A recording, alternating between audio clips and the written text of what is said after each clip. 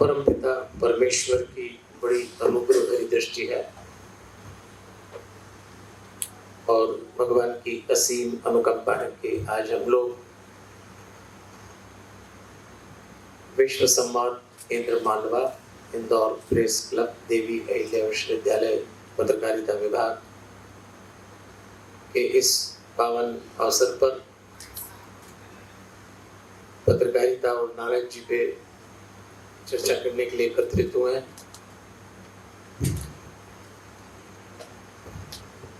बस बदकिस्मती है समुंदर की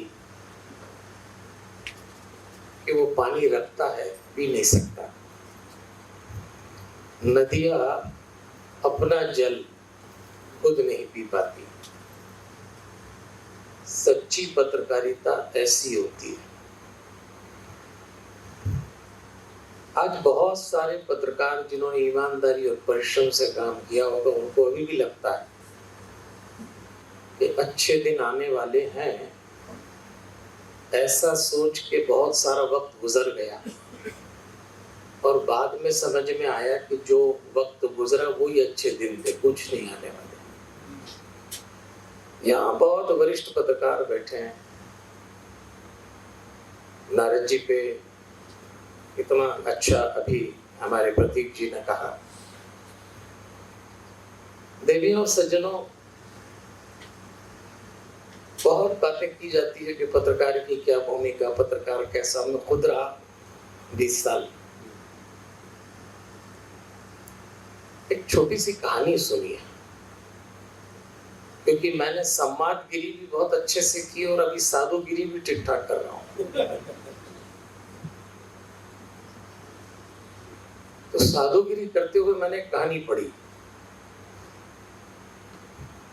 क्या कर सकता है पत्रकार? एक भेड़ चराने वाला गडरिया था, बहरा था, सुन नहीं सकता, और उसका नियम था कि वो जंगल में भेड़ चराने जाता। दोपहर को उसकी पत्नी उसके लिए भोजन लाती और भोजन करके आराम कर लेता। एक दिन उसकी पत्नी ने सूचना दी कि आज मैं नहीं आ रही, आप घर आ जाओ। तो गडरिया ने सोचा कि यदि मैं घर चला गया तो इस जंगल में मेरी भेड़ों की रक्षा कौन करेगा? बहरा था, सुनाई नहीं देता। तो उसकी नजर पड़ी तो पेड़ पे चढ़कर एक लकड़हारा लकड़ी काट रहा।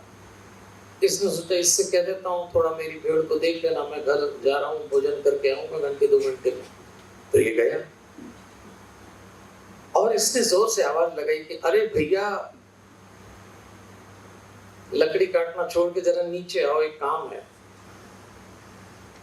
ये तो बहरा था ही, पर संयोग से वो लकड़हारा भी बहरा था। अब बहरे ने बहरे से कहा भैया नीचे आओ, मैं थोड़ा घर जा रहा हूँ, 2 घंटे में लौटूंगा, आप मेरी भेड़ की रक्षा कर लेंगे? वो लकड़हारा भी बहरा था। उसने कहा जाओ अपना काम करो, जान न पहचान चले आए, मैं तुम्हें नहीं जानता, चलो भागो यहाँ से। ऐसा उसने कहा भागो यहाँ से। तो इसने कहा वो कह रहा जाओ देख लूंगा। वो चला गया। 3-4 घंटे बाद लौटा और जब लौटा तो उसने सोचा कि अनजान व्यक्ति के हाथों अपनी भेड़ छोड़ के गया, तो गिनू भेड़ सलामत है कि नहीं है। तो गिना तो भेड़ बराबर निकली। तो उसने कहा कि आज के वक्त में भी ऐसे लोग हैं जो दूसरे की मदद करते हैं, तो मुझे इसको कुछ भेंट देना चाहिए, कुछ गिफ्ट करना चाहिए, क्या करूं? तो उसने झुंड में से एक भेड़ निकाली जिसकी टांग टूटी हुई थी। तो गडरिया ने सोचा कि अपने तो किसी काम की है नहीं, टूटी टांग की भेड़, इसी को भेंट दे देते हैं। भेंट तो वही चीज देते हैं जो अपने काम की न हो, दूसरे को टिका दो। हमको तो रोज ही भेंट मिलती, ये रखी अभी स्मिथ के लिए रोज। इस देश में 2 चीजें खूब की गई, दान और भेंट, पूरे गणित में चली। उसने भी सोचा, टूटी टांग की भेड़ ली और पहुंच गया और उस लकड़हारे से कहा भैया नीचे आओ, तुमने बड़ी मेहरबानी करी, भेड़ की रक्षा के लिए नीचे आओ। अब उसको गुस्सा आया, लकड़ी काटना छोड़ा, नीचे उतरा, कहा पहले भी तुम आए, पीछे पड़े, जान न पहचान, चलो भागो यहाँ से। उसने कहा भैया तुमने मेरे भेड़ की रक्षा करी है, भेड़ भेंट ले लो। अब तो लकड़हारे ने कहा मैंने तुम्हारी भेड़ की टांग नहीं तोड़ी। अब दोनों लड़ने लगे, दोनों कह रहे, एक कह रहा है भेड़ भेंट ले लो, कह रहा है मैंने आपकी भेड़ की टांग नहीं तोड़ी। दोनों उलझ गए क्योंकि दोनों क्या कह रहे हैं एक दूसरे को समझ नहीं आया। लड़ते लड़ते सड़क पे आ गए और उसी समय दोनों ने देखा कि एक सजे धजे घोड़े पर राजसी पुरुष ऐसा लग रहा बैठा चला। उन दोनों ने सोचा इससे फैसला करा ले। और वो जो घोड़े पे बैठा था वो एक चोर था, राजा के अस्तबल से घोड़ा चुरा के ला रहा। तो घोड़ा सजा धजा राजा का। इन दोनों ने घोड़े को पकड़ लिया और कहा आप फैसला करिए, मैं इनको भेड़ भेंट करना चाहता हूँ, ये ले नहीं रहे, मैंने इनकी भेड़ की टांग नहीं तोड़ी, ये जबरदस्ती मेरे पीछे पड़े, आप फैसला करिए। संयोग से वो चोर भी बहरा था। उसको लगा कि घोड़ा इनका है और मैं पकड़ा गया। तो उसने कहा भैया घोड़ा आपका है तो आप रख लो, मुझे जाने दो, अब चोरी नहीं करूंगा। भेड़ की समस्या निपटेगी, घोड़े की ओर खड़ी हो गई। वो कह रहे भेड़ भेंट ले लो, इसने कहा मैंने भेड़ की टांग नहीं तोड़ी। वो कह रहा घोड़ा आपका है तो आप रख लो। तीनों उलझ गए और उलझते उलझते तीनों देखते हैं कि एक साधु, एक महात्मा चले आ रहे। उन्होंने कहा इनसे फैसला करा दो। तीनों ने महात्मा को घेर लिया। बाबा जी आप फैसला करिए। महात्मा जी मैं भेड़ भेंट देना चाहता हूँ, ये ले ले गए, मैंने इनकी भेड़ की टांग नहीं तोड़ी, जबरदस्ती मेरे पीछे पड़े हुए हैं, घोड़ा इनका तो रख ले, मुझे जाने दे। महात्मा जी समझ गए तीनों बहरे हैं, लेकिन इत्तेफाक से महात्मा जी मौनी बाबा थे। उन्होंने मौन व्रत ले रखा। लेकिन महात्मा जी जब जान गए तो उन्होंने सबसे पहले आंख में आंख डाली उस गडरिये की, बोला कुछ नहीं, वो चुपचाप अपने काम पे लग गया। फिर उन्होंने आंख में आंख डाली उस लकड़हारे की, वो भी लकड़ी काटने अपने काम पे लगा। फिर उन्होंने घुड़सवार को देखा, वो भी घोड़ा लेके चला गया। कहानी खत्म हो गई। अब उन लोगों के काम की अब शुरू होती है। वो जो बाबा है उसने बिना बोले उन तीनों को काम पे लगा दिया। कैसे बोला? नेत्रों से। किसी भी साधु की तपस्या देखना हो तो उसका आचरण मत देखना, उसका आवरण मत देखना, वाणी तो देखना ही मत। वाणी का पाखंड तो कोई भी कर लेता है। साधु की तपस्या उसके नेत्रों से टपकती है। किसी साधु की आंख में आंख डालने का मौका है तो सावधान रहिए। उसका तप, उसका ओज उसके नेत्रों से प्रकट होता है। महात्मा ने देखा भर और काम पे लग गया। वो महात्मा नारद जैसे हैं और यहाँ आके पत्रकारिता का संदेश आता है। आपको कोई बहुत शोरगुल नहीं करना। ये तीन व्यवस्थाएं जिनको आप न्यायपालिका, कार्यपालिका और जो तीसरा नाम दे और चौथा स्तंभ यदि पत्रकारिता है तो बहुत शोर की जरूरत नहीं है।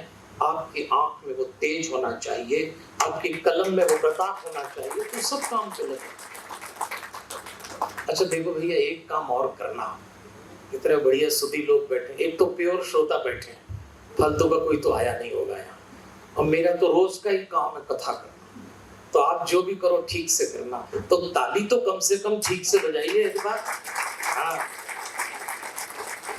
ऐसा लगना चाहिए आपने किसी का सम्मान किया है। ऐसा लगना चाहिए कि किसी गरिमा में कार्यक्रम के आप हिस्सेदार हैं। अब ये बात बताइए कि जब मैंने कहा तब दोबारा तो आपने ताली बहुत अच्छी बजाई, तो पहली बार क्यों नहीं बजाई? इसीलिए बैठे आराम से। बहुत सारों को तो ये भी नहीं मालूम है काहे के लिए आए।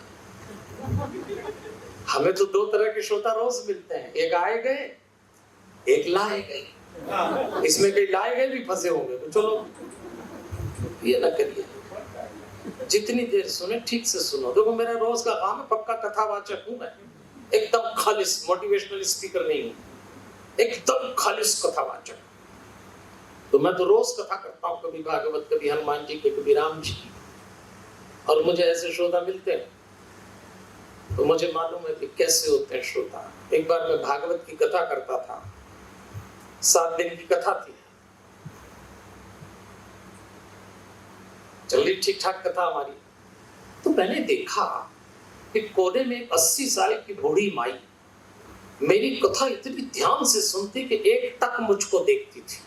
एक टक तो आप समझते हैं किसी को एक निगाह देखना, जरा भी गर्दन इधर उधर न करना। अब एक टक वो मुझको देखती, 80 साल की बूढ़ी, 3 घंटे तक। मुझे लगा बड़ी गजब की कथा सुनती है। और आप आपको कोई 3 घंटे एकटक देखे तो आप भी थोड़े से असहज हो जाएंगे। तीसरे दिन मैं नीचे उतरा और बूढ़ी माई के पास गया कि माई आप बड़ी गजब की कथा सुनती हैं, 3 घंटे एकटक मुझको देखती हैं, आपको कथा कैसी लगती है? जो जवाब उस माई ने दिया कमाल का था। उसने कहा पंडित जी मुझे तो सुनाई नहीं देता। अरे मैंने कहा कमाल है माई, जब सुनाई नहीं देता तो 3 घंटे मुझको क्या देखती हो? अब जो जवाब उस माई ने दिया तो वो तो और कमाल का था। उसने कहा पंडित जी ये सब तो मुझे नहीं मालूम, पर पिछले 3 महीने से मेरी बहू से लंबा पंगा चल रहा है और मुझे मेरी बहू की सूरत बिल्कुल अच्छी नहीं लगती और उसके मुकाबले आप थोड़े ठीक दिखते हो तो आप ही को देखती रहती हूँ। अब बताइए, इसलिए ऐसे श्रोता मत बनना कि बैठे हैं तो बैठे हैं, कार्यक्रम है विश्व संवाद केंद्र मालवा का, इंदौर प्रेस क्लब का, बुलाया आ जाओ, साल भर संबंध खराब हो जाएंगे, ये न करिए। आप उन लोगों की मेहनत पे पानी फेर देंगे जिन्होंने अपनी जिंदगी जर्नलिज्म में गुजारी हो, पत्रकारिता की। ये कोई आसान काम नहीं है। 5 पत्रकारों से मिलवाता हूँ आपको। मुझ में बिल्कुल ज्यादा अकल, में पत्रकार था तब भी पत्रकारिता की अकल नहीं थी। एक कीर्ति राणा जी और ये अरविंद तिवारी के कंधे पे बैठ के हमने भी 20 साल निकाल दिया, हमको तब भी कुछ नहीं आता।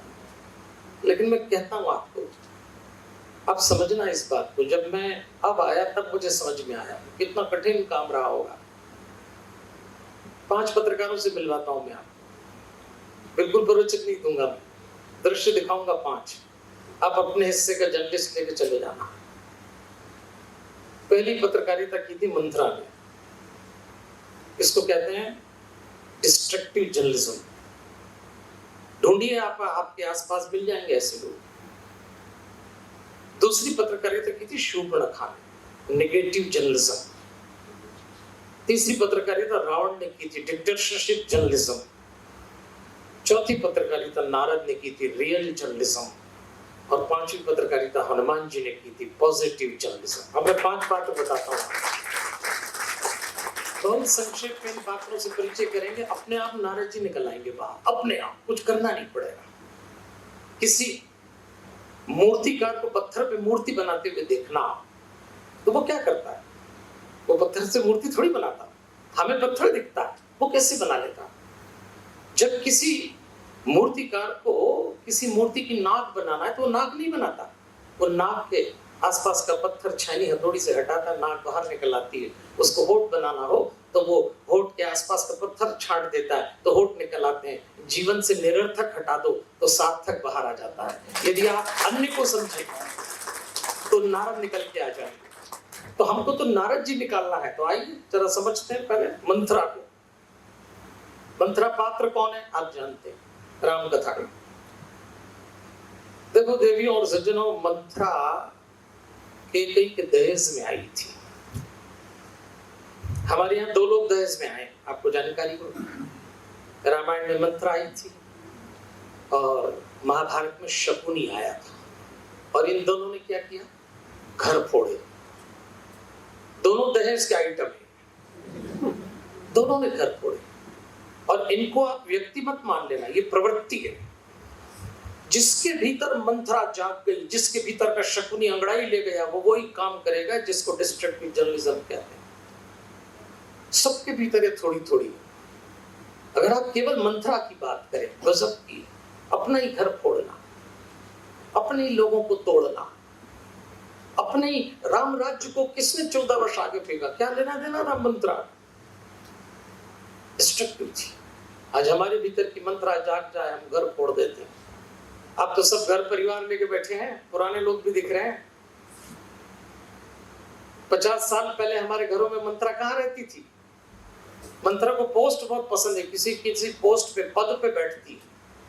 तो 50 साल पहले मंत्रा जिस पोस्ट पे बैठती थी भारत के घरों में, उसका नाम था सासू नाम की पोस्ट। इतने घर फोड़े, सारे ठीकरे सासू के घर। पहले सासू मिट्टी की भी बुरी लगती थी लोगों, फिर जो बहुएं थी वो सासू बन गई। तो अब सासू के इसमें से मंत्रा निकल गई। फिर मंत्रा कहाँ गई? तो बहू में बैठ गई। अब घबराए लोग बहू लाने से घरों में। घर फूटे तो ठीक रहा, बहू के माथे। अब मंत्रा बहू से भी निकल गई। तो लोग पूछते हैं आजकल मंत्रा कहाँ है? और आपके जैसे समझदार ने मुझे बताया अब मंत्रा न सास नाम की पोस्ट पे बैठी है न बहू नाम की, आजकल कहाँ है? बोले बहू की माँ में घुस गई, अब वहां से कंट्रोल कर रहे हैं। मंत्रा को घुसने में, मंत्रा को बैठने में कोई ज्यादा मेहनत नहीं लगती। क्या जर्नलिज्म किया था और कुछ लोग कर रहे हैं ऐसा आज। आप अपने आसपास पाएंगे ऐसे लोग। कोई लेना देना नहीं था मंत्रा को, राजा राम बने या भरत बने, कोई लेना देना नहीं। लेकिन जो एक बार डिस्ट्रक्टिव हो जाता है उसको इसी में मजा आता है। उसने जाके बस के कान भरे और कान भरते समय उसने पंक्ति बोली। ऐसे लोग बड़े माहिर होते हैं जो डिस्ट्रक्टिव जर्नलिज्म करते हैं। को नप हो हमें का हानि, रानी राजा कोई भी बने मुझे क्या फर्क पड़ेगा, चेरी छाड़ी के होए रानी, मैं तो दासी हूं तो दासी रहूंगी। बस विश्वास बैठ गया कि को ध्यान रखना, आपके आसपास यदि कोई मंत्रा रूपी पत्रकार है तो बहुत ही सावधान रहना। ऐसे आदर्श वाक्य बोल के निपटाएगा कि आपको लगेगा क्या बढ़िया बात बोली, तब तक आप निपट चुके हो। मंत्रा ने उस धरती पर अपना काम दिखाया जहां राम पैदा हुए। उस मां को मंत्रा ने बिगाड़ दिया जिसने भरत को जन्म दिया। सोचिए डिस्ट्रक्टिव जर्नलिज्म कैसा हो सकता है। इसलिए भैया मंत्रा एक बात सिखा गई कि सत्ता के आसपास होने वाली पत्रकारिता को भ्रष्ट होने में ज्यादा समय नहीं लगता।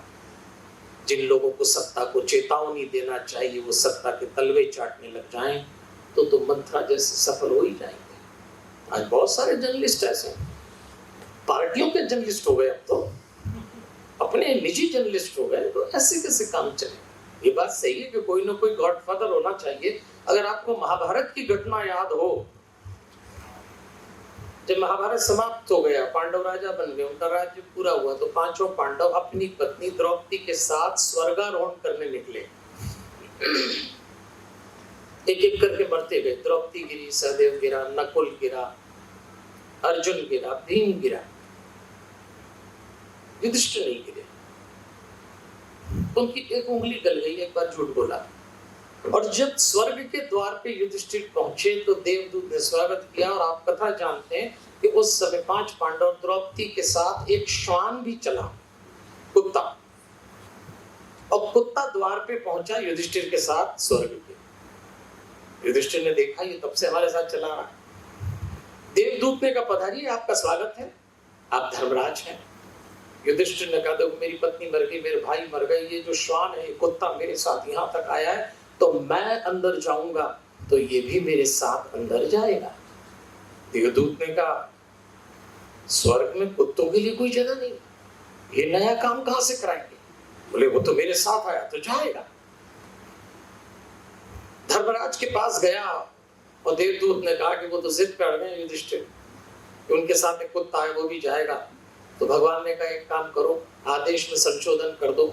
नियम तो ये है कि स्वर्ग में कुत्ते के लिए जगह नहीं है, और अब जिस पे अड़ गए तो संशोधन कर दो। तो संशोधन कर दिया गया नियम में। और महाभारत की कथा है कि युधिष्ठिर के साथ स्वर्ग को भी, हरिओम, युधिष्ठिर के साथ कुत्ते को भी स्वर्ग में जगह मिल गई। ये सब कथा आप जानते हैं। इस कथा का आज की दुनिया में क्या महत्व जानते हैं कि जिसका युधिष्ठिर मजबूत होगा उस कुत्ते को स्वर्ग में जगह मिल जाएगी। अपने युधिष्ठिर ताली बजाना है तो ठीक से बजा दो भैया,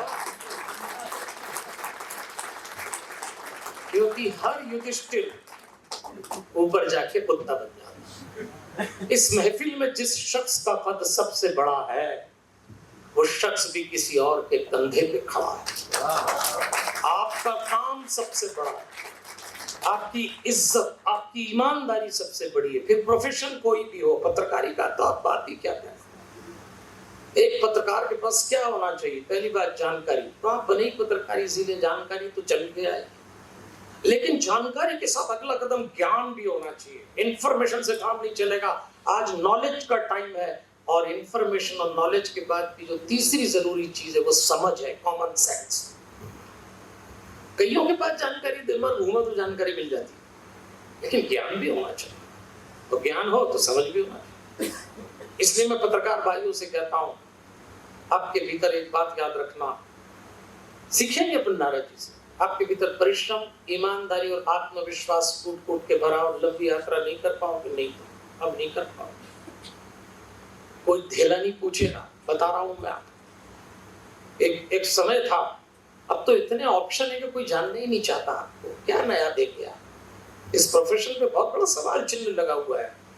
कहीं ऐसा ना हो कि पत्रकारिता, पहले ही हालत खराब थी पत्रकारिता की, अब तो मैंने तो किया है जर्नलिज्म। लोग घर में नहीं बुलाते पत्रकारों को। आपका नहीं मालूम मुझे, पर मुझे मालूम है। एक बार मैं उज्जैन में, मेरे जिस मकान में रहता था उसमें मुझे कुछ कंस्ट्रक्शन कराना था, तो मुझे शिफ्ट होना पड़ा। तो शिफ्ट होने के लिए हमने एक दलाल से कहा कि 2-4 महीने के लिए एक मकान बता दो। उसने 3-4 मकान बताए, बताते बताते वो एक मकान में ले गए। बोले ये अपने टीआई ट्रैफिक वाले ना, उनका मकान है। मैंने कहा इनसे तो पहचान है आपकी रोज का, अब चलो अंदर। हम अंदर गए, और जैसे ही अंदर गए उसने मकान दिखाया कि हाँ इनको किराए पे देना है, मेरे को जानकारी दी है। तो अंदर के एक बेडरूम में बहुत सारे खोखे पीपे रखे हुए थे, शराब की बोतल के, और भी कार्यक्रम थे कोई बढ़िया बढ़िया। हमने कहा यहाँ बोले ये मिल जाएगा, मैं बात कर लेता हूँ। उन्होंने फोन लगाया कि साहब मैं किराएदार ले आया हूँ। तो टीआई साहब ने कहा चाहिए, ठीक किया, कौन लाया, हमारा नाम बताया। उतनी जोर से चिल्ला उस पे, मूर्ख और कोई नहीं मिला, इनको मेरे घर घुसेड़ दिया। उस दिन समझ में आया कि पत्रकार की औकात, कि पुलिस वाला भी घर में आपको बुलाता नहीं है। आपसे लोग, आपको क्या लगता है अगर आप पत्रकार हैं और आपके मुंह पे तारीफ की जा रही तो कभी गलतफहमी मत पालना। हाँ, जिस दिन पीठ करो और आपकी पीठ पे जो 2 शब्द आपके लिए बोले जा रहे हैं, बस वही आपकी पूंजी है। अन्यथा मुंह पे तो सभी तारीफ, मुंह पे तो सब तारीफ। आइए दूसरी पत्रकारिता का एक प्रतीक मैंने शूर्पणखा बताया। दंडकारण्य में रावण ने शूर्पणखा को सूचनाओं के एकत्रीकरण के लिए भेजा था। एक ही काम था उसका, रावण की जर्नलिस्ट थी वो। लेकिन उसने क्या किया, बहुत नेगेटिव थी। उसने अपने काम को भोग और विलास में बदल दिया, और दंडकारण्य में जो सुंदर पुरुष मिले उसको भोगता। और जिस दिन उसने राम और लक्ष्मण देखे तो उसने राम को भोग लो। भोग और विलास का जर्नलिज्म अधिकार के साथ आ जाता है, सुविधाओं के साथ आ जाता है, पर सावधान रहिए। और क्या कहा था जाके शूर्पणखा ने, राम से कहा तुम सम पुरुष न मौसम नारी, न तुम्हारे समान कोई पुरुष न मेरे समान कोई नारी बनी है। ये संजोग विधि रदा बिचारी, रचा बिचारी। ये ब्रह्मा जी ने सोच के तुम्हें मेरे और मैं तुम्हारे लिए तैयार हूं विवाह के लिए। अपने आप को उसने कुंवारी बताया, थी नहीं, थी विधवा। यही तो नेगेटिव जर्नलिज्म, चीजों को कैसे प्रस्तुत किया जाता, तथ्यों को तोड़ मरोड़। वो तो राम सावधान थे, तो उन्होंने लक्ष्मण से कहा इसकी नाक कान कटो। और जब रावण के पास गई तो जो सूचना रावण को देना थी वो नहीं थी, और सूचना ये थी कि तुम्हारे लिए एक सुंदर स्त्री लेने गई। तो बीच में वो 2 पुरुष आड़े आ गए। बहुत ही सुंदर स्त्री, वो जानती थी कि रावण की कमजोरी है सुंदर स्त्री। बस रावण तैयार हो गया अपहरण के लिए। देखते ही देखते रावण जैसी सत्ता को ठिकाने लगा दिया। ये है नेगेटिव जर्नलिज्म। आज भी हैं कई लोग जो शूर्पणखा की तरह, पर याद रखना जिस किसी दिन किसी लक्ष्मण के सामने पड़ गए ना, नाक कान कट जाएंगे आपके। कट गए, कई पत्रकारों के कट गए, इसीलिए क्योंकि सामने कोई लक्ष्मण आ गया होगा उस दिन। इसलिए हमको शूर्पणखा से बहुत सावधान रहना। भैया मेरा अनुरोध है, एक पत्रकार के पास चरित्र बहुत ऊंचा होना चाहिए, क्योंकि आपके पास बहुत संभावना है पतन की, बहुत। कहीं ऐसा ना हो आप शूर्पणखा की तरह आपका पतन हो जाए। बुढ़िया लड़खड़ाई, भाई आज की समाज की स्थिति कोई बहुत अच्छी तो है नहीं चरित्र के मामले में, खास तौर पर कैरेक्टर तो लास्ट प्रायोरिटी है, तो रिजल्ट मांगते हैं लोग। चरित्र दांव पे लगा के परिणाम उठाए जाते हैं, ये वो दौर चल रहा है। चरित्र बचाइए। बुढ़िया लड़खड़ाई तो कोई झुककर उठाने को तैयार नहीं हुआ। कैसा चरित्र हुआ समाज का कि बुढ़िया लड़खड़ाई तो कोई झुककर उठाने को तैयार नहीं हुआ। और गोरी का झुमका क्या गिरा, सारा बाजार घुटने पे आ गया। ये इतना सब चरित्र है। इसके बीच में से आपको जर्नलिज्म निकालना। अब आइए तीसरे जर्नलिस्ट की बात कर लें। वो थे राजाधिराज लंकेश, विश्व विजेता रावण। इसने एक अलग ही जर्नलिज्म किया था। मैं तो सिर्फ एक उदाहरण देता हूं आपको, सिर्फ एक छोटा सा उदाहरण रावण के जर्नलिज्म का, कि रावण ने मारीच से कहा तो स्वर्ण मृग बन जा, और वो बन गया। तब रावण ने उससे कहा कि इतना ही बनना ही नहीं, केवल एक काम और करना है, और वो ये करना है कि जब राम तुझे तीर मारे तो तू लक्ष्मण की, हरिओम राम की आवाज में लक्ष्मण लक्ष्मण ऐसा चिल्लाना। अब सुनना, राक्षस मारी बना स्वर्ण पर, तीर लगेगा, आवाज राम की निकालना और पुकारना लक्ष्मण को, और उसी में सीता गलत फहमी में आ गई और अपहरण हो गया। इसको फेक न्यूज कहते हैं। आवाज राम की निकाल रहा है मारीच, और आवाज में भी बोल रहा है लक्ष्मण, और सीता को गलत सुनाई दी। अरे जब सीता जैसी फेक न्यूज के चक्कर में आके अपहरण करा ले तो हमारी और आपकी क्या औकात है। थोड़ा सावधान रहना भैया, थोड़ा सावधान रहना। ये रावणों का जर्नलिज्म बड़ा खतरनाक हो जाता है। अब इन तीनों के बाद बात करते हैं नारद जी की। क्या था ऐसा, कितने सुंदर प्रसंग उन्होंने सुनाए अभी प्रतीक श्रीवास्तव जी ने। असल में नारद जी सबसे बढ़िया टाइम कीपर थे, और पत्रकार अपने वक्त का टाइम कीपर होता है। इतिहास का लेखक भी नहीं, टाइम कीपर। टाइम कीपर का एक काम है समय पे बता देना कि भैया ये काम अब कर लो। नारद को चुगलखोर नहीं थे, नारद इधर तो नारद का काम ही था टाइम, क्योंकि भगवान ब्रह्मा जी ने कहा था युग बीत जाएंगे बेटा। तुरंत सतयुग के बाद द्वापर, द्वापर के बाद त्रेता, त्रेता के बाद कलयुग आएगा, त्रेता, त्रेता के बाद द्वापर, द्वापर के बाद कलयुग। तो तुझे हर बार घटनाओं को इतनी तेजी से पहुंचाना है कि युग का टाइम ना निकल जाए। और एक पत्रकार का यही काम है, वक्त पे सही बात को सही जगह पहुंचा देना। नारद तो बहुत सावधान थे। कंस को जब ये भविष्यवाणी सुनना मिली कि तेरे बहनों और बहन वसुदेव और देवकी की 7वीं संतान तेरी मृत्यु का कारण बनी, तो कंस ने कहा ठीक है, जब 7वीं संतान होगी तो डालूंगा उसको। तो अपने बहने बेवे को छोड़ दिया। तब नारद गए, उन्होंने कहा तू तो मूर्ख आदमी है, 7वीं कौन सी क्या मालूम काउंटिंग में, पहली वाली 7, क्योंकि ब्रह्मा का गणित अलग चलता। तो उसने तुरंत बहन बहनों को अंदर कर दिया और एक एक करके सबको मारने लगा। आखिर में भगवान बच गए। बस नारद का यही काम, क्योंकि वो जानते थे कि अगर कंस ने इन दोनों को बंदी नहीं किया तो एक के बाद एक वो मरेंगे कैसे और भगवान आएंगे कैसे। उनका काम ही टाइम मैनेजमेंट गजब का था नारद जी। इन्हीं नारद जी ने रावण को कहा था, जब रावण विश्व विजेता की यात्रा पे निकला तो रावण मनुष्यों को खाने लगा, ऋषि मुनियों को खाने लगा। तब नारद जी ने रावण को रोक के कहा, अरे क्या मनुष्यों को ऋषि मुनियों को खाते हो? जब तुझे इतना बड़ा वरदान मिल गया, हम काहू के मरे ही न मारे, हम किसी से न मरे, तो फिर आक्रमण देवत्व पे कर, फिर तेरे होते हुए इंद्र क्यों बचा है? और नारद जी की सलाह पे रावण ने इंद्र, वरुण, यम, कुबेर इन पे आक्रमण किया।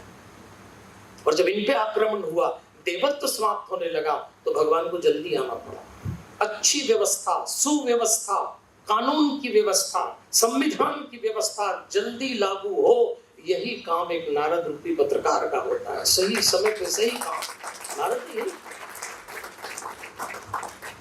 हमारे प्रतीक जी ने कहा था कि मार्गदर्शक भी होना चाहिए। आपको याद है इंद्र का बेटा जयंत सीता जी के पैर में चोंच मारता है और भागता है, रक्त निकलता है। राम जी देखते हैं, राम जी एक सिंह को ब्रह्मास्त्र बना के छोड़ते हैं जयंत के पीछे। जयंत परीक्षा लेने गया था राम की कि देखें ये है कौन, और जैसे ही ब्रह्मास्त्र पीछे लगा, जयंत भागा, अपने पिता इंद्र के पास गया। इंद्र ने कहा तुझे मैं नहीं रख सकता, पीछे ब्रह्मास्त्र, तेरे साथ मैं भी मरूंगा, जा। माँ ने हटा दिया, कोई रखने को तैयार नहीं, भाग रहा। उधर से नारद जी मिले, जयंत ने नारद को देखा, नारद देखा विकल जयंता। नारद साधु है मूल रूप से। साधु होने का मतलब घर छोड़ना नहीं होता। साधु एक वृत्ति है, दूसरे की भले की, परहित की वृत्ति। नारद जी ने कहा क्या बात है जयंत? जयंत ने कहा आपको देखकर ब्रह्मास्त्र रुक गया, मैं परेशान हूं, मैं मर जाऊंगा, ये मुझे खत्म कर देगा। देखो मार्गदर्शन क्या होता है, संरक्षण तो दे दिया, चल जब तक मैं खड़ा हूं ब्रह्मास्त्र तेरा कुछ नहीं करेगा। पर जयंत तूने 2 गलतियां की है। एक, तू सत्ताधीश का बेटा है, तो बड़े आदमी, कोई भी बड़े आदमी की संतान यदि कोई अपराध करे और वो बच जाए, ऐसा राम के राज्य में नहीं होगा। दंड तो बेटा तुझे मिलेगा। नारद जी अद्भुत थे इस मामले में। लेकिन मित्रों, नारद जी की बहुत अच्छी अच्छी बातें बताई, पर मैं एक काम की बात बताता हूं आपको। जो गलती नारद जी ने की वो आप न करना। अद्भुत थे नारद जी, लेकिन बड़े बड़े समझदारों से भी गलतियां हो जाती है, और बड़ा आदमी तो बड़ी गलती करे। अच्छी अच्छी बातें तो आपने सुनी, पर नारद जी अपनी लीला में हमें ज्ञान देने के लिए, उनको मालूम था नारद जी को एक लीला करना पड़ेगी, क्योंकि उनको मालूम था कि आने वाले समय में कभी ऐसा हो सकता है कि 25 मई को इंजीनियरिंग कॉलेज के कैंपस में ये विश्व संवाद केंद्र वाले कोई आयोजन करेंगे तो इनको क्या मेरे गुणगान ही गाएं? कुछ समझ में तो आए कि कौन सी गड़बड़ हो गई थी। नारद जी से भी गड़बड़ हो गई। नारद जी एक बार घूमते घूमते हिमालय की तलतटी पे बैठ गए और ध्यान लग गया नारद जी का। और जैसे ध्यान लगा तो इंद्र घबराया। इंद्र को लगा ये तपस्या इसलिए कर रहे हैं मेरा सिंहासन लेना चाहते हैं। साधु का तप सत्ता को हिला देता है, इसमें तो कोई शक नहीं। इसलिए अगर तपस्वी पत्रकार होगा तो बड़ी सी बड़ी सत्ताएं आपसे कांपेंगी, और आप में तप नहीं होगा तो इस देश में प्रधानमंत्री ने 15 साल में प्रेस कॉन्फ्रेंस नहीं करी। अब क्या कर लोगे पत्रकारिता? बोलो कुछ तो तुमको कोई पूछता नहीं है। 2 कौड़ी आजकल समझ लो आप। हमने अपनी इज्जत का कचरा खुद कर लिया अगर आप पत्रकार हैं। बहुत सारे लोग इसमें, मैं कहता हूं पत्रकार चोर नहीं होता, पर चोर पत्रकार बन गए, फिर क्या करेंगे? साधु हमेशा दोषी नहीं होता, पर जिस दिन रावण साधु वेश में घुसा और उसने अपहरण किया, उस दिन साधु वेश तब भी दांव पे लग गया। साधु वेश में क्या, रावण घुस गया। आज कई रावण पत्रकारिता में आ गए, तो आज लोग बात करना पसंद नहीं करते, डरते भी नहीं। अब तो लोग छाप देना, जो समझ में आया कर लेना, किसी को कोई डर नहीं। फिर क्या कर लो? वो भी नसरगट मालवा में बोलते हैं, अपन भी नसरगट, बस करते रहो जर्नलिज्म। कुछ तो हो ऐसा रचनात्मक। क्या सिखा गए नारद? देखिए इंद्र को लगा तो इंद्र ने कामदेव से कहा इसकी तपस्या भंग करो। कामदेव अप्सराओं को लेके गए। संक्षेप में बता रहा हूं, नारद जी की तपस्या भंग नहीं होती। कामदेव के अप्सराओं ने कहा, वसंत ने कहा इसकी तपस्या हम भंग नहीं कर सकते। तो कामदेव ने कहा ठीक, फिर मैं ही कुछ करता हूँ। कामदेव धीरे से गया, नारद जी आंख बंद करके बैठे थे, पास में खड़ा हो गया और धीरे से कहा प्रणाम। प्रणाम कहा तो नारद जी ने आंख खोली, तुरंत एक माला निकाली और नारद जी को पहना दी, पुष्प पहना दी। अब नारद जी ने कहा कहो कामदेव। कामदेव ने कहा मान गया नारद जी, आपको मैं मान गया। इतनी देर से मैंने प्रयास किया, आपकी तपस्या भंग नहीं कर सका। आपने काम को जीत लिया, आपने क्रोध को जीत लिया, आपने लोभ को भी जीत लिया। लोभ मतलब आपको इंद्रासन का कोई लोभ नहीं। क्रोध आपने किया नहीं, शिव जी ने तो मुझ पे क्रोध भी किया, और काम आपने मुझे भी जीत लिया। इतनी प्रशंसा की, इतनी प्रशंसा की। और भैया प्रशंसा वो मदिरा है जो कानों से पिलाई जाती है। ये मुंह वाली पियोगे, 2-4 कदम चलोगे ठीक हो जाओगे। जिसने कान से प्रशंसा की मदिरा पी, बस उसने काम दिखा दिया। कामदेव ने अपने लोगों से कहा देखना मैंने 3 काम किए, बाबा जी निपट जाएंगे। 3 काम आप किसी के साथ करो, निपट जाएगा। प्रणाम, पुष्प और प्रशंसा। ये 3 काम अच्छे हमारे साथ तो रोज ही होता। रोज इतने प्रणाम करते हैं। जब से मैं बाबागिरी कर रहा हूँ, सुबह से 12 बजे तक अगर 50 लोग हमें प्रणाम न करें तो 1 बजे हमारा भी पेट दुखता।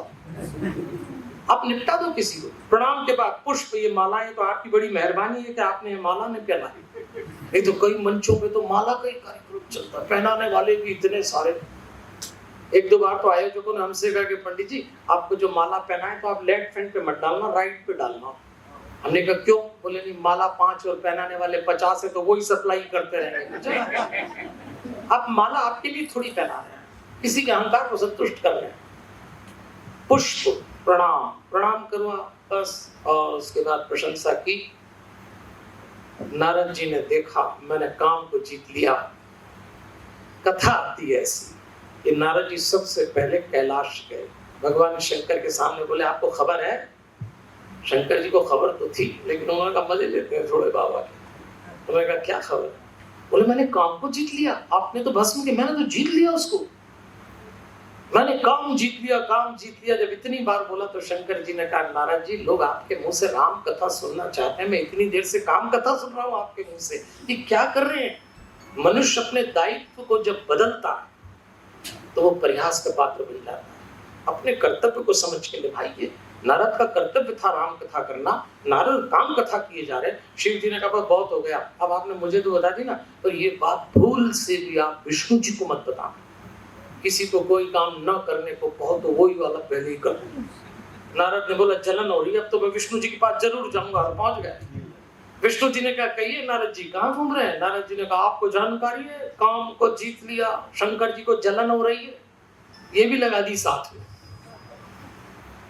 विष्णु जी मुस्कुराए, उन्होंने कहा बताइए मैं क्या करूं? बोले बस आपको यही बताने आया।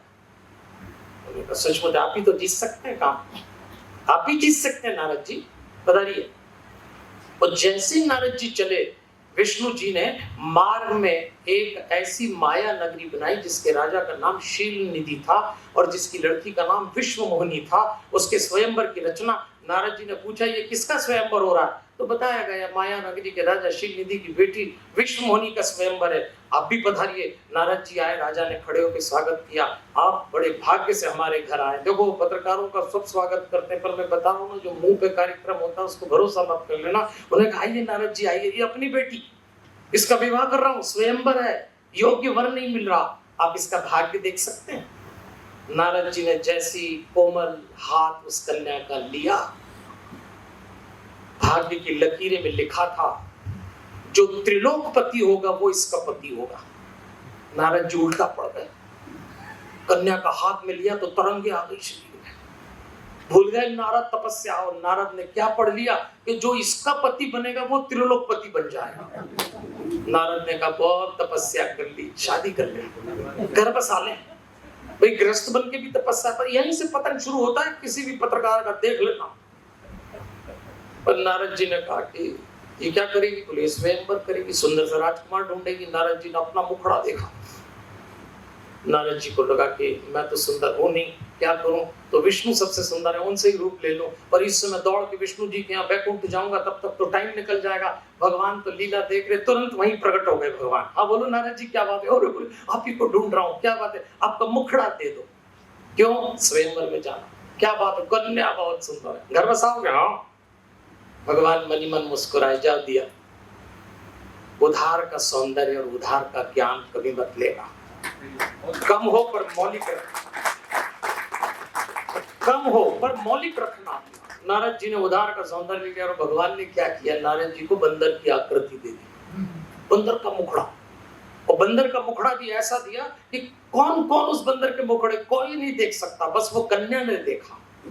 कन्या ने बंदर देख के वो पंक्ति छोड़ दी, जिस पंक्ति के आगे नारद बैठे थे, पीछे राजा, नारद कूद कूद कर रहे, मुझे तो विष्णु का सौंदर्य मिल गया, अब ये कन्या मुझे। और जैसी कन्या आई उसने देखा सबसे पहले बंदर की आकृति लिए आदमी बैठा है, तो कन्या ने वो पंक्ति की पंक्ति छोड़ दी। एक बात याद रखना, जिस पंक्ति का नेतृत्व विकृत हो उसके पीछे कभी खड़े मत और बैठ जाना, हमेशा ध्यान रखना तुम्हारा नेतृत्व कौन कर रहा है। पंक्ति की पंक्ति छोड़ दी उसने, वो चली गई। नारद बेचैन हो गए। तब तक शिव जी ने मजे लेने के लिए अपने दो गण नारद जी के पीछे छोड़े थे, जरा देखना क्या होता है बाबा का। वो दोनों गण आसपास बैठे थे, उन्होंने कहा महाराज वो तो गई, आप अपना मुखड़ा देख लेते थोड़ा।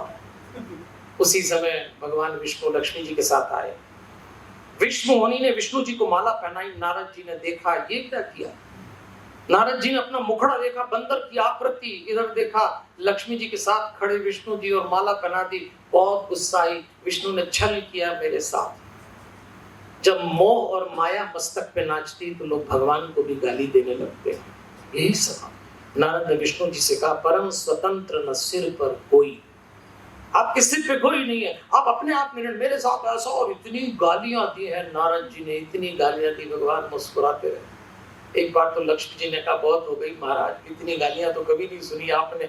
तब उन्होंने कहा इस मुंह से स्तुति तो बहुत सुनी देवी, आज गाली सुन के भी बहुत अच्छा लगता है। देखो भगवान हमेशा बहुत उदार रहते हैं भक्त के लिए, गड़बड़ भक्ति करता है। तब भगवान ने माया हटाई, न लक्ष्मी थी, न वहां वो रमा थी, न वो राजकुमारी थी। नारद और विष्णु अकेले खड़े थे, और जब नारद विष्णु अकेले खड़े तो नारद घबराए। नारद ने प्रणाम किया, मैंने भूल करी महाराज, आपको गाली दी। तब भगवान ने कहा नहीं नारद, मैंने आपके माध्यम से इस संसार को ये ज्ञान देना चाहा, आप मेरे पुत्र हैं, आप मेरे प्रिय पात्र हैं, इसलिए मैंने आपका उपयोग किया। और लोगों को मैं ये बताना चाहता था कि अहंकार में, काम में, क्रोध में 6 शत्रुओं से बच के रहना, काम, क्रोध, मद, लोभ और मत्सर, इनसे बच के रहना, नहीं तो नारद जैसे तपस्वी को भी ये दिन देखना पड़ता है। आज नारद जी अपनी लीला से हमें ये भी समझा गए। इसलिए आप यदि जर्नलिज्म कर रहे हो या जीवन के किसी भी क्षेत्र में हो, ऐसा कोई काम मत करिए जो भगवान के विधान के विपरीत हो। नारद जी को उसकी कीमत चुकाना पड़ी थी। और मित्रों, अपनी बात पूरी करूं इसके पहले हनुमान जी की बात तो जरूर करूंगा, क्योंकि मेरा तो सब कुछ ही हनुमान जी हैं। हमारी तो सांस में हनुमान जी बसते हैं। मैं हनुमान चालीसा ओढ़ता हूँ, हनुमान चालीसा बिछाता हूँ, हनुमान चालीसा खाता हूँ, हनुमान चालीसा पीता हूँ। तो थोड़ी देर हनुमान जी की बात करके अपन बात पूरी करेंगे। आपके नगर इंदौर के निकट उज्जैन में मैं रहता हूँ। एक छोटा सा हमारा आश्रम है। शिप्रा जी के ब्रिज पे अगर आप खड़े हो तो राइट हैंड पे आपको शांतम नाम से आश्रम, सुंदरकांड की पहली पंक्ति का पहला शब्द शांतम है। कभी आइएगा, नाम ही रखा है शांति दूत। पत्रकारिता तो हनुमान जी ने भी बड़ी गजब की थी और रामदूत बन के गए थे। पत्रकारिता मूल रूप से दूत ही होता है, किसी भी व्यवस्था का हो स्वतंत्र पर वो दूत है। अब आप देखिए हनुमान जी का कमाल। आप जब सुंदरकांड पढ़ते हैं देवियों और सज्जनों, 24 घंटे की घटना है सुंदरकांड। सुंदरकांड के पहले हनुमान जी की पहचान क्या थी? एक भगोड़े राजा सुग्रीव के मंत्री, बस इससे ज्यादा दुनिया उनको नहीं जानती। लेकिन रामदूत बन के गए, राम जी की सूचना सीता जी तक पहुंचाई और रावण की सारी सूचनाएं राम जी को दी। एक जर्नलिस्ट यही काम करता है और एक रात में रामदूत बनकर पूरी दुनिया में छा गए। इसीलिए मैं पत्रकारों से निवेदन करता हूँ, नारद जी और हनुमान जी से एक बात सीखिए, आपका सारा सम्मान आपके पुरुषार्थ में, आपके परिश्रम में, आपके प्रयासों में है। इसको भंग मत होने देना, इसको दूषित मत होने देना। इससे कोई फर्क नहीं पड़ता कि मीडिया का स्वरूप बदल गया, इससे कोई फर्क नहीं पड़ता कि सत्ताधीश लोग, बड़े लोग अब आपको न पूछते हैं न मानते, इससे कोई फर्क नहीं पड़ता। कोई एक अदालत ऐसी भी है जो ऊपर बैठी है, जो सदैव सत्कार्यों का परिणाम देती है। उस अदालत में आपके सत्कार्यों का फैसला होगा। इसीलिए तो नारद जी, हनुमान जी जैसे लोग पूजे जाते हैं। और मुझे हनुमान जी के जर्नलिज्म का जो बेस्ट पार्ट लगता है कि जब हनुमान जी को बांध कर रावण की सभा में लाया गया तो रावण ने अपने जीवन में पहली बार कोई ऐसा व्यक्ति देखा जो रावण की आंख में आंख डाल के बात कर रहा था।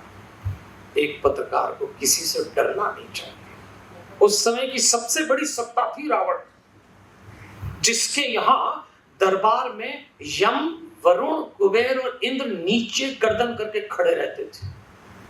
जिस रावण ने अपनी लंका में वरुण को झाड़ू लगाने की नौकरी पे लगाया था, जिसके यहाँ गणेश पंचांग देखने का काम करते थे, जिस रावण ने अग्नि को रसोईया बना के छोड़ा था, उस रावण के सामने रामदूत हनुमान ऐसे खड़े थे। हनुमान जी एक बात सिखा गए, आपकी योग्यता, आपका पुरुषार्थ, आपका तप ही सबसे बड़ी ताकत है।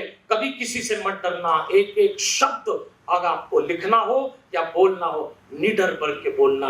बड़ी बड़ी सत्ताएं औंधी हो जाती और थोड़ी देर में रावण की औंधी हो ही गई, थोड़ी देर में। इसलिए जो हनुमान के भक्त हो, हनुमान जैसा जर्नलिज्म करिए, नारद जैसा जर्नलिज्म करिए। और देखिए रावण कांप गया। रावण अपने जीवन में कभी किसी से नहीं डरा। रावण अगर किसी से डरता था तो सिर्फ हनुमान जी महाराज कभी नहीं डरा। इसलिए जब राम जी अपनी लीला समेट के जा रहे हैं, मैं भी अपनी लीला समेटना अपना व्याख्यान पूरा करूंगा। जब राम जी जा रहे थे तो उन्होंने अयोध्या के लोगों से कहा था कि जो मेरे साथ चलना चाहे वो चले। लोग तैयार हो गए। हनुमान जी तो मान के चल रहे थे कि मुझे तो ले जाएंगे साथ में वैकुंठ। लेकिन राम जी ने हनुमान जी को बुला के कहा, हनुमान मैं जा रहा हूं, लेकिन तुझसे मुझे एक काम है। और वो काम ये है कि मेरे जाने के बाद मेरे बच्चों को, मेरे भक्तों को, आने वाली पीढ़ी को रावण बहुत परेशान करेगा। क्योंकि जिस रावण को मैंने मारा है वो रूप रावण है और अरूप रावण आज भी जिंदा है और आगे भी जिंदा रहेगा। और रावण दुनिया में किसी से नहीं डरा। रावण राम से भी नहीं डरता था। और राम जी ने कहा, रावण तुमसे बहुत डरता है हनुमान, इसलिए मैं तुझे इस संसार में छोड़ के जाऊंगा। जब जब भी मेरे लोगों को कोई रावण परेशान करेगा, जब जब भी मेरे लोगों को दुर्गुण परेशान करेंगे, वो तुम्हें याद करेंगे और हनुमान तुम्हें उनकी रक्षा करना। इसलिए नारद और हनुमान सतत हमारे बीच प्रेरणा पुरुष बनकर, एक अच्छा विचार बनकर, कोई और चरित्र बनकर, गुरु बनकर, माता पिता बनकर, मित्र बनकर, सहयोगी बनकर आपके जीवन में आए। तो आप सीखने की कोशिश करना। आप में से जो मित्रों में पत्रकार है ना, मैं उनको भरोसा दिलाता हूँ, बिल्कुल टेंशन मत लेना। टाइम बहुत तेजी से बदला। मैंने खुद बहुत सुविधाएं भोगी है पत्रकार के रूप में। आप में से भी कई लोगों ने पावर देखा होगा। और ऐसा वक्त बदला कि अब तो पत्रकारों को लगता है आज इतनी भी मयस्सर नहीं मैं खाने में। ये जो सीनियर जर्नलिस्ट हैं इनको लगता होगा कि आज इतनी भी मयस्सर नहीं मैं खाने में कि जितनी कभी छोड़ दिया करते थे पैमाने में। कोई नहीं पूछता, बैठे रहो तो कोई बात नहीं, अपना काम ईमानदारी से करना। इस बात को लेकर मैं बात पूरी करूंगा। एक बात याद रखना, सद्कार्य कभी व्यर्थ नहीं जाएंगे। कोई है हमसे बड़ी शक्ति जो अच्छे कार्यों का हिसाब करता है। नीचे वाले तो चाहे जब बिक जाते और खरीदे सकते हैं, इनके चक्कर में मत पड़ना। ऊपर वाला आपको देख रहा है। अच्छे काम करना। जिस दिन मेरी कीमत का अंदाज लगाओगे, सच्चे पत्रकारों से मैं कहता हूं, जिस दिन मेरी कीमत का अंदाज लगाओगे, नजरों से गिराया है पलकों से उठाओगे, पलकों से उठाओगे। मित्रों, पंडित माधव शर्मा जी, अरविंद तिवारी जी, प्रतीक श्रीवास्तव जी, मंचा सिंह, विशाल सनोटिया जी, जिनके माध्यम से कार्यक्रम में मैं आया, हमारे डायरेक्टर सक्सेना जी और डॉक्टर सोनाली जी, कीर्ति राणा जी, अब जितने गणमान्य परिचित अपरिचित लोग बैठे हैं, मैं आपका आभार व्यक्त करता हूँ। मेरे जीवन में कम अवसर ऐसे आते हैं कि जब मैं इस तरह के, आजकल तो इस तरह की बात करने का मौका नहीं मिलता है। कथा करते रहते हैं, रोज रोज 25 दिन कथा करते हैं महीने भर में, कभी कभी तो 30 दिन। पर मैं जानता हूँ कि पत्रकार को मना करो तो फिर साल भर की तकलीफ है। तो वो भैया का फोन आया कि पत्रकारिता का कार्यक्रम, मैंने कहा मरे, अब निकालो 25 तारीख को टाइम है। क्योंकि पत्रकार से तब भी लोग डरते थे, अब भी डरते हैं, और अच्छी बात है, डरते रहें। मैं भगवान से प्रार्थना करता हूँ इस कलमकार की कलम से खौफ बना रहे, इसकी नजर जिस पे पड़ जाए उसको याद आए ईमानदारी और अच्छेपन से रहना है। आपके पारिवारिक जीवन में सुख हो, आपके व्यवसायिक जीवन में प्रगति हो, आप जो काम करते हैं उसमें सफलता हो। मैं हनुमान जी महाराज से प्रार्थना करता हूँ मेरे जीवन में जो जो भी सुख आए हैं वो सब आपके जीवन में आए, और मेरे जीवन में जो जो भी दुख आए हैं वो एक भी आपके जीवन में ना आए। हमारे हनुमान, हमारे हनुमान, हमारे हनुमान।